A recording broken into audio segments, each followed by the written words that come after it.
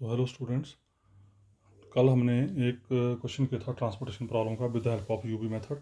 आज मैं ये दूसरा क्वेश्चन स्टार्ट कर रहा हूँ और सेम प्रोसीजर है। अगर आपको कोई डाउट रह गया, कोई किंतु परंतु रह गया, तो अब आप इस क्वेश्चन में उसको क्लियर कर सकते हैं। स्टेप बाय स्टेप चलेंगे।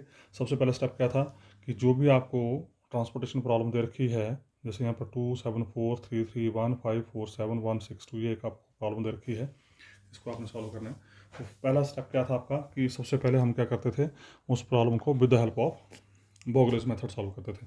तो मैंने यहाँ पर बॉगले मेथड लगा के, क्योंकि मैं आपके ऊपर छोड़ रहा हूँ, हमने काफ़ी क्वेश्चन कर लिए बॉगलेस मेथड से, तो बॉगलेस मेथड की हेल्प से मैंने यहाँ पर ये एलोकेशंस दे दी हैं। ठीक है, ये अब आप कर सकते हैं। जो रेड कलर से मैंने लिखे हैं, they are the allocations because of Vogel's method. उसके बाद अगला स्टेप क्या था? अगला स्टेप था कि आप एक टेबल बनाते थे, जितने ऑर्डर का मैट्रिक्स होता था उस हिसाब से आप टेबल बनाते थे यहाँ पे। और उस टेबल की इस कॉर्नर में हम क्या लिखते हैं? Cost values. अगला स्टेप है, इस कॉर्नर में लिखेंगे कॉस्ट वैल्यूज़। ठीक है, इन एवरी सेल कॉस्ट वैल्यू लिख दी। फिर उसका अगला स्टेप क्या था? अगला स्टेप था कि ये जो नॉन जीरो एलोकेशंस आती थी आपकी, जिस भी एंट्री की नॉन जीरो एलोकेशन है, उस एलोकेशन को लिखते थे हम इस टॉप पे। तो ये 5 आ गया यहाँ पे, इसमें एलोकेशन नहीं है, इसमें नहीं है, तो यहाँ नहीं लिखेंगे। इसमें नहीं है, इसमें नहीं है। यहाँ 1 की एलोकेशन 8 है, तो ये आ गई। 4 की एलोकेशन 7 है, ये आ गई। 1 की एलोकेशन 2 है, 6 की एलोकेशन 2 है, 2 की एलोकेशन 10 है। तो जो एलोकेशन है उनको हम यहाँ लिखते थे। फिर क्या बोलता था मैं उसके बाद कि ये जो नंबर ऑफ एलोकेशंस हैं 1 2 3 4 5 6, ये कितनी होनी चाहिए? m plus n minus 1। m means number of rose, n means number of columns. तो कितनी होनी चाहिए? 6। तो यहाँ पर 6 एलोकेशंस हैं। और अगर exactly m plus n minus 1 allocations हैं, then system has non degenerate solution. तो हमारे पास m plus n minus 1 allocations हैं, 1 2 3 4 5 6। ठीक है, तो अगर नॉन डिजेनरेट सोल्यूशन है तो आगे हम बढ़ेंगे। उसके बाद क्या करते थे? अगला स्टेप क्या था? अगले स्टेप में क्या करते थे? जिन सेल में एलोकेशंस हैं उन सेल्स के अनुसार हम U I plus V J equations लिखते थे। ठीक है, जैसे इसमें एलोकेशन, तो ये कौन सा सेल है? U1 plus V1। तो उसकी कॉस्ट वैल्यू कितनी है? 2 ही आ गया। आगे एलोकेशन नहीं है, नहीं है। यहाँ पर एलोकेशन नहीं है, यहाँ नहीं है, तो यहाँ है। तो ये कौन सा सेल है? U2 plus V3। तो ये आगे U2 plus V3 equal to cost value is 1। उसी तरीके से U3 प्लस V2, यहाँ पर एलोकेशन है तो U3 प्लस V2 ही आ गया। और लास्ट वाले में तीनों एलोकेशन है, तो U4 plus V1, U4 plus V2, U4 plus V3 आपके पास आ गए। अब हम इन इक्वेशंस की हेल्प से क्या करेंगे? U1 U2 U3 U4 V1 V2 V3 इनकी वैल्यू निकालेंगे। और क्या प्रोसीजर बताया था मैंने? इन इक्वेशंस में जो U J या V J सबसे ज़्यादा टाइम रिपीट हो रहा है उसको आपने जीरो मानना। तो यहाँ पर U4 3 टाइम आ रहा है, ये आ गया। जैसे इसको जीरो दिया, इमीडिएट आपके V1 V2 V3 मिल जाएंगे। इन V1 V2 V3 को उठाओ, इनमें से किसी अकॉर्डिंग टू सिचुएशन पुट करो, इमीडिएट आपके U1 U2 U3 मिल जाएंगे। ठीक है जी। जैसे ये वैल्यू मिली, फिर क्या करना है आपने? अगला स्टेप क्या होता था? फिर हम एक और मैट्रिक्स बनाते थे, यू आई प्लस बीजे। और वो U I plus B J matrix आप उस सेल में लिखते हैं जहाँ पर एलोकेशन नहीं है। तो जैसे यहाँ पर क्या आएगा? ये कौन सा सेल है? U1 V2। तो यहाँ पर क्या एंट्री आएगी? U1 plus V2, U1 plus V2। तो U1 प्लस V2 कितना है? 7। तो वो लिखेंगे यहाँ पे। तो इसका मतलब यू आई प्लस बीजे जो एंट्रीज आएंगी उसको लिखेंगे आप इस कॉर्नर में। अगली एंट्री क्या आएगी? U1 plus V3। तो U1 प्लस V3 इज 3। तो ये आ गया यहाँ पे। ठीक है जी। मतलब U I plus B J आपने उस सेल में लिखना है जहाँ एलोकेशन नहीं है। तो यहाँ पर क्या बन गया? U2 प्लस V1, ये बन गया U2 प्लस V2। ठीक है जी। यहाँ पर एलोकेशन तो यहाँ नहीं लिखेंगे, यहाँ पर एलोकेशन नहीं, तो ये कौन सा सेल है? U3 plus V1। ये वैल्यू निकलेंगे आपके पास, इनको ऐड करते चलो और लिखते चलो यहाँ पे। उसी तरीके से यहाँ पर ये कौन सी? U3 plus V3। और इसमें तीनों एलोकेशन, तो यहाँ पर कुछ नहीं आएगा। फिर अगले स्टेप में क्या करते थे? जैसे U I plus B J लिखा, फिर आप क्या करते थे? निकालते थे डी आई जे। और डी आई जे लिखेंगे आप टॉप राइट कॉर्नर में। In every cell top right corner जो होगा वहाँ पर आप लिखेंगे डी आई जे। और डी आई जे की वैल्यू होती थी C I J minus U I plus B J. मतलब इसमें से इसको घटाना है। ठीक है, इसमें से इसको घटाना है, तो जो आएगा उसको यहाँ लिखना है। इसमें से इसको घटाना है, तो 1। ठीक है जी। 3 माइनस 0 इज़ 3, 3 माइनस 5 इज़ -2। यहाँ पर नहीं है। 5 माइनस माइनस 1 इज़ 6, यहाँ नहीं है। 7 माइनस 0 इज़ 7। ठीक है, सी आई जे में से आपने U I plus B J entries घटानी है और घटा के आपने टॉप राइट कॉर्नर में यहाँ पर ये लिखनी है। These are called D I J. फिर उसका अगला स्टेप क्या होता था? अगला स्टेप होता था कि आप इन डी आई जे को चेक करते थे। अगर all D I J are positive, then system has optimum solution. और अगर एक भी नेगेटिव आ गया तो जो नेगेटिव आता था उसको मारते थे आप टिक। तो यहाँ पर मोस्ट नेगेटिव वैल्यू एक ही वैल्यू आई है, अगर एक से ज़्यादा नेगेटिव होंगे तो जो मोस्ट नेगेटिव होगी वो लेनी है आपने। तो यहाँ तो खैर एक ही नेगेटिव वैल्यू आई है, तो जो नेगेटिव वैल्यू आई उस सेल को करना है आपने tick. This is your next step. फिर क्या करते थे, जिस सेल को टिक किया उसमें आप अपनी मर्जी से एक एलोकेशन देते थे प्लस थीटा। जिस सेल को टिक किया उसमें एलोकेशन देते थे प्लस थीटा। और उसके बाद क्या करते थे, जैसे ही आप ये एलोकेशन देंगे यहाँ पर अब आपकी क्लोज्ड लूप बनेगी। शुरू में आपकी लूप नहीं बनती है, शुरू में जब आपने एलोकेशन लिखी थी स्टार्टिंग में ये बड़ी एलोकेशंस, तो लूप नहीं बनती है। लेकिन जब आप प्लस थीटा एलोकेशन देंगे तो इमीडिएट लूप बनेगी। और लूप बनाने के लिए क्या बोला था मैंने, किसी भी कॉलम या किसी भी रो में आप एट द मैक्सिमम सिर्फ और सिर्फ 2 ही सेल आप उसमें जोड़ सकते हैं। ठीक है, एडजस्टेंट जोड़ सकते हैं या नेक्स्ट जोड़ सकते हैं। अगर नेक्स्ट जोड़ना तो बीच वाले को बाईपास करना पड़ेगा। तो जैसे यहाँ पे थीटा से हम 7 पे पहुँचे, लेकिन 7 पे पहुँच के हमारे पास इस साइड को एलोकेशन नहीं है, इस साइड को एलोकेशन नहीं, तो उसका इसको बाईपास करना पड़ेगा। तो मैंने क्या किया, 7 को बाईपास किया और ये 2 के ऊपर पहुँचे। यहाँ प्लस किया तो जिसके ऊपर पहुँचे उसके ऊपर कर देना माइनस थीटा, मतलब अल्टरनेटिवली चढ़ना, पहले प्लस फिर माइनस फिर प्लस फिर माइनस। यहाँ पहुँच गए, अब यहाँ से इधर को आ सकते हैं। ठीक है, वो आपने देखना है। आपका मतलब टारगेट क्या है कि जहाँ से चले वहाँ पर वापस पहुँचना है आपने। अब इधर को अगर आते हैं, मान लो इधर को आगे, तो इधर के लिए हम फिर 5 को अप्रोच करेंगे, क्योंकि 5 के बाद फिर हमारे पास थीटा तक पहुँचने के लिए कोई रास्ता नहीं है, तो इसको हम नहीं ले पाएंगे।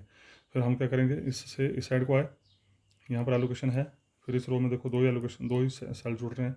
यहाँ माइनस थीटा किया तो यहाँ क्या करना पड़ेगा, प्लस थीटा करना पड़ेगा। ठीक है जी। और उसके बाद यहाँ से ऊपर को गए, ये इसको जुड़ गया जाके।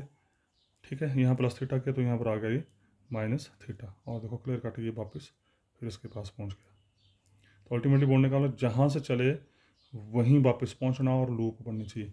यहाँ तो खैर सिंपल लूप बन रही है, पर कई क्वेश्चंस में आपकी लूप सिंपल नहीं बनती, ऐसे भी बनती है, जैसे ऐसे चले ऐसे चले फिर ऐसे चले फिर ऐसे चले फिर ऐसे चले, ऐसे भी बनती है। It depends. ठीक है ना, तो इट इज़ नॉट नेसेसरी कि स्क्वायर ही बनेगा हमेशा, तो एक ऐसी बना लूप बननी चाहिए, बस मेन टारगेट ये।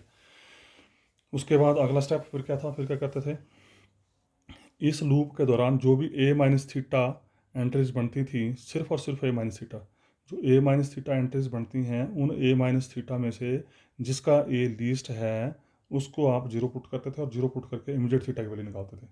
तो जैसे थीटा की वैल्यू निकाली, थीटा की वैल्यू कितनी आ गई, 2 माइनस थीटा को जीरो पुट किया, थीटा की वैल्यू आ गई 2, और थीटा की जो वैल्यू आएगी उस वैल्यू को अब आपने यहाँ रखना है। जो लूप बनाई वहाँ पर थीटा की वैल्यू रखनी है, और रखने के बाद आप एक नया टेबल बनाएंगे, और उस नए टेबल में अब आपने क्या करना है, जो कॉस्ट वैल्यूज वो लिखनी है, और कॉस्ट वैल्यू लिखने के बाद एलोकेशन लिखनी है, बस। ठीक है, जैसे किया मैंने आगे, तो नया टेबल बनाया मैंने, इस नए टेबल में पहले लिखी आपने कॉस्ट वैल्यूज़, कॉस्ट वैल्यू लिख लेनी सारी, और कॉस्ट वैल्यू लिखने के बाद थीटा की वैल्यू देते हुए जो एलोकेशंस हैं उनको लिखना है। जैसे ये एलोकेशन 5 है, तो ये 5 एलोकेशन एज इट इज़ आ गई, आगे कोई एलोकेशन नहीं है, यहाँ पर एलोकेशन नहीं है, यहाँ पर थीटा की जगह आ गया 2, तो ये आगे थीटा की जगह 2, आगे 8 माइनस थीटा, तो 8 माइनस थीटा की जगह आ गया 6, 8 माइनस 2। ठीक है, यहाँ पर कोई एलोकेशन नहीं है, यहाँ पर एलोकेशन 7 है, तो ये 7 एज इट इज़ आ गई, आगे कोई एलोकेशन नहीं है, ये गलती से मैंने लिख दिया था यहाँ पर, कोई एलोकेशन नहीं है। ठीक है, नीचे एलोकेशन 2 है, तो ये 2 आ गई, यहाँ पर 2 माइनस थीटा, तो 2 माइनस थीटा बन गया 0, और 0 को नहीं लिखते हैं हम, तो ये खत्म होगी, 10 प्लस थीटा ये बन गया 12, यहाँ कुछ नहीं आएगा, ये आ गया 12। और जैसे ये सिस्टम बना, दोबारा फिर स्टेप नंबर 2 से स्टार्ट हो जाना। स्टेप नंबर 2 मीन्स फिर दोबारा से आपने U I plus B J equal to C I J equations निकालनी है, और उनकी हेल्प से U1 U2 U3 U4 B1 B2 B3 निकालने हैं। और निकालने के बाद फिर आपने जिन सेल में एलोकेशन नहीं है उन सेल में U I plus B J लिखने हैं, और U I plus B J लिखने के बाद उसी सेल में आपने C I J minus U I plus B J मतलब डी आई जे की वैल्यू निकालनी है, और डी आई जे की वैल्यू निकालने के बाद अगर सारे डी आई जे पॉजिटिव आ गए तो सोल्यूशन इज ऑप्टिमम, अगर एक भी नेगेटिव आया फिर दोबारा कोई प्रोसीजर की उस सेल को टिक करेंगे, टिक करने के बाद वहाँ थीटा ऐड करेंगे, थीटा ऐड करने के बाद फिर आप लूप बनाएंगे एंड सो। ठीक है, तो क्या किया हमने, ये कॉस्ट वैल्यू लिख दी आपकी, थीटा के अनुसार ये अब एलोकेशंस आ गई। तो अल्टीमेटली बोलने का मतलब ये हो रहा है कि ऑल ओवर जो है हमारा सिस्टम सारा का सारा जो है वो एलोकेशंस के ऊपर डिपेंड कर रहा है, कि आपके हर टेबल में एलोकेशंस चेंज हो रही हैं, और ये एलोकेशंस तब तक चेंज होती रहेंगी जब तक कि सारे डी आई जे पॉजिटिव ना आ जाए। और दूसरी जो सबसे बड़ी इंपॉर्टेंट चीज़ मैं बार बार बोल चुका हूँ, फिर रिपीट कर रहा हूँ, कि यहाँ पर नंबर ऑफ़ एलोकेशन जो हैं वो हर सूरत m प्लस n माइनस 1 होनी चाहिए। अब देखो चेक करो ज़रा, क्या ये m प्लस n माइनस 1 है, 1 2 3 4 5 6, m क्या है, नंबर ऑफ m क्या है, नंबर ऑफ रोज, एन क्या है, नंबर ऑफ कॉलम। तो 4 + 3 7, 7 - 1 6, तो 6 एलोकेशंस हैं। और दूसरी बात यहाँ पर, ये 6 एलोकेशंस अब जो आई, ये लूप नहीं बनानी चाहिए, किसी भी कीमत पे ये लूप ना बनाए। किसी भी एलोकेशन से चलो पड़ो, 5 से चलो, 5 से चल ही नहीं पाएंगे क्योंकि इधर कोई एलोकेशन ये है, 5 से ये जुड़ी, इससे ये जुड़ी, इससे ये जुड़ी, आप वापस 5 तक पहुँच नहीं पाएंगे। इससे ये पहुँचेंगे तो 5 तक टेढ़ा जा नहीं सकते। अगर 2 से स्टार्ट करेंगे, 2 से 7 को आए, आगे रास्ता नहीं है, इधर नहीं है, इधर नहीं है। 6 से चलेंगे, 6 से 12 जुड़े, 12 से 2 जुड़े, 5 जुड़े, 6 तक पहुँच नहीं पाएंगे। तो ये एलोकेशन इनको बोलते हैं, these are the allocation which are in independent position. तो अल्टीमेटली बोलने का मतलब, जब थीटा ऐड करेंगे तो लूप बननी चाहिए, और जब थीटा ऐड नहीं करेंगे तो उस केस में लूप नहीं बननी चाहिए। बार बार बोल रहा हूँ मैं इस चीज़ को। उसका फिर अगला स्टेप क्या था, जैसे आपने यू आई प्लस बीजे निकाले, फिर आपने सी आई जे में से यू आई प्लस बीजे घटाने हैं और घटा के लिखना। 7 - 6 is 1, 4 - 3 1, they are called D I J. 3 - 1 is 4, यहाँ नहीं है, यहाँ नहीं है, यहाँ पे, यहाँ दिखाई नहीं अभी, तो यहाँ पर भी आएगा u3 + b1। ठीक है, यहाँ पर u3 + b1, u3 + b1, u3 + b1 is u3 + b1। ठीक है जी। तो क्या किया हमने, ये थोड़ा रह गई थी एंट्री से, यहाँ पर आएगा u3 + b1, ये आ गया, यहाँ नहीं आएगी, यहाँ पर आएगा u3 + b3, वैल्यू निकालेंगे आपने यहाँ पे। उसी तरीके यहाँ नहीं आएगी, यहाँ पर आ गया u4 + b2, u4 + b2 is 5, यहाँ नहीं आएगी। ठीक है, फिर जैसे निकाल ली ये यू आई प्लस बीजे निकाल ले, फिर सी I J minus U I plus बीजे, मतलब इसमें से इसको घटाया, 4 - 3 1, 3 - 1 4, यहाँ नहीं है, यहाँ नहीं है, 5 - 0 5। ठीक है, यहाँ नहीं आएगा, 7 - 1 6, उसका यहाँ नहीं आएगा, 6 - 5 1, और आगे नहीं आएगा। तो क्लियर कट आपके सारे डी आई जे जो हैं वो पॉजिटिव आ गए। ठीक है जी, पॉजिटिव पॉजिटिव है ना, पॉजिटिव पॉजिटिव पॉजिटिव। तो since all D I J are positive greater than equal 0, so system has optimum solution. Therefore minimum cost क्या बन जाएगी, अब जो आपकी एलोकेशंस वाले सेल्स हैं उनको आपस में मल्टीप्लाई करो। ठीक है, उनको आपस में मल्टीप्लाई करो और ऐड करके मिनिमम कॉस्ट निकाल दो। यही मेरे ख्याल से एक ही है। तो यहाँ क्या बन जाएगा, 10 + 6 + 6 + 28 + 2 + 24। तो जो भी मिनिमम कॉस्ट आएगी that is your final answer. और एक्स आई जे की वैल्यूज़ होंगी, x I J means variable जो होते हैं, तो x11 होगा 5, x12 0, x13 0, x14 0, x21 0, x22 2, x23 6, है ना, x31 0, x32 7, x33 0, x41 2, x42 0, x43 12। So this is the question.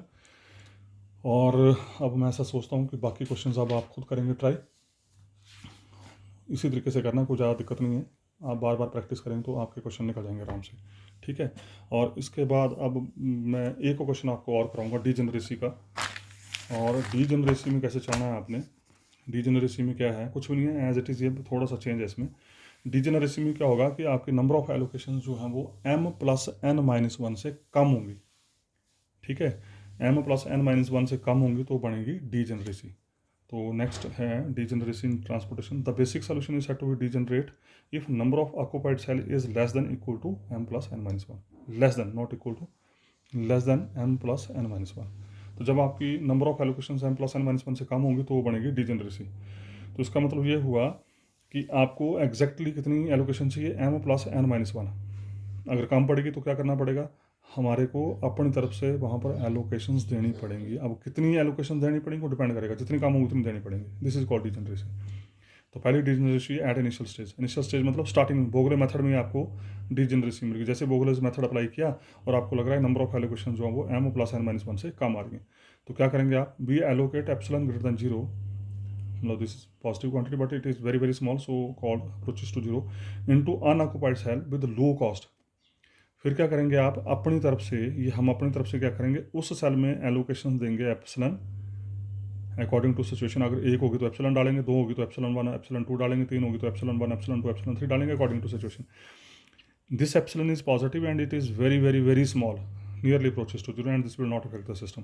तो हमने क्या करना है, अपनी तरफ से उस सेल में एप्सिलॉन एलोकेशन देनी है नंबर 1 उस सेल की कॉस्ट लीस्ट होनी चाहिए, वेरी इंपॉर्टेंट। नंबर 2 एलोकेशन डालते वक्त ये ध्यान रखना है कि क्लोज्ड लूप नहीं बननी चाहिए। अगर मान लो लीस्ट कॉस्ट में डाल के एप्सिलॉन लीस्ट कॉस्ट में डाल के ये एलोकेशन डाल के क्लोज लूप बन रही है, तो उस लीस्ट कॉस्ट के सेल को छोड़ के फिर हम नेक्स्ट लीस्ट उससे बड़ा लीस्ट कॉस्ट देखेंगे, उसमें एप्सिलॉन डालेंगे। ये खास ध्यान रखना है। अल्टीमेटली बोलने का मतलब ये हुआ कि एप्सिलॉन आपने उस सेल में डालना है जिसकी कॉस्ट लीस्ट होगी, पर यह भी ध्यान रखना है कि कॉस्ट लीस्ट होने के साथ साथ आपकी लूप नहीं बननी चाहिए।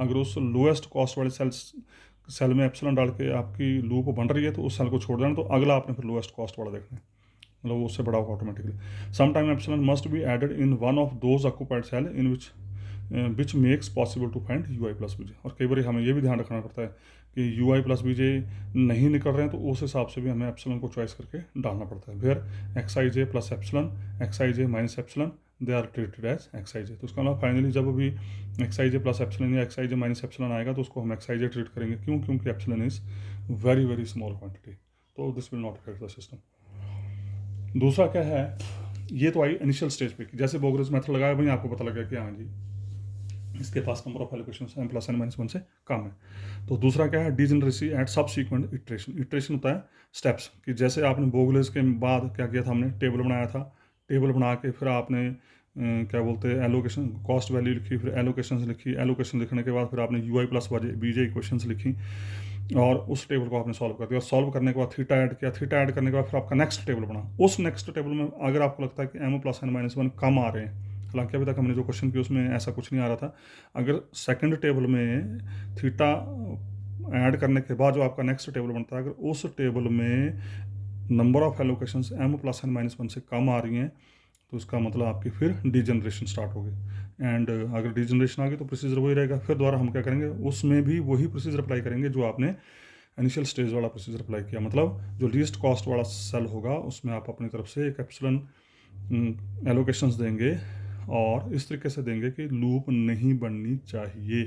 और जैसे एप्सिलॉन एलोकेशन दी उसके बाद बाकी का काम आपका वैसे स्टार्ट हो जाएगा। ठीक है, तो इसकी बात मैं करूँगा प्रैक्टिकली न्यूमेरिकल के साथ नेक्स्ट वीडियो में।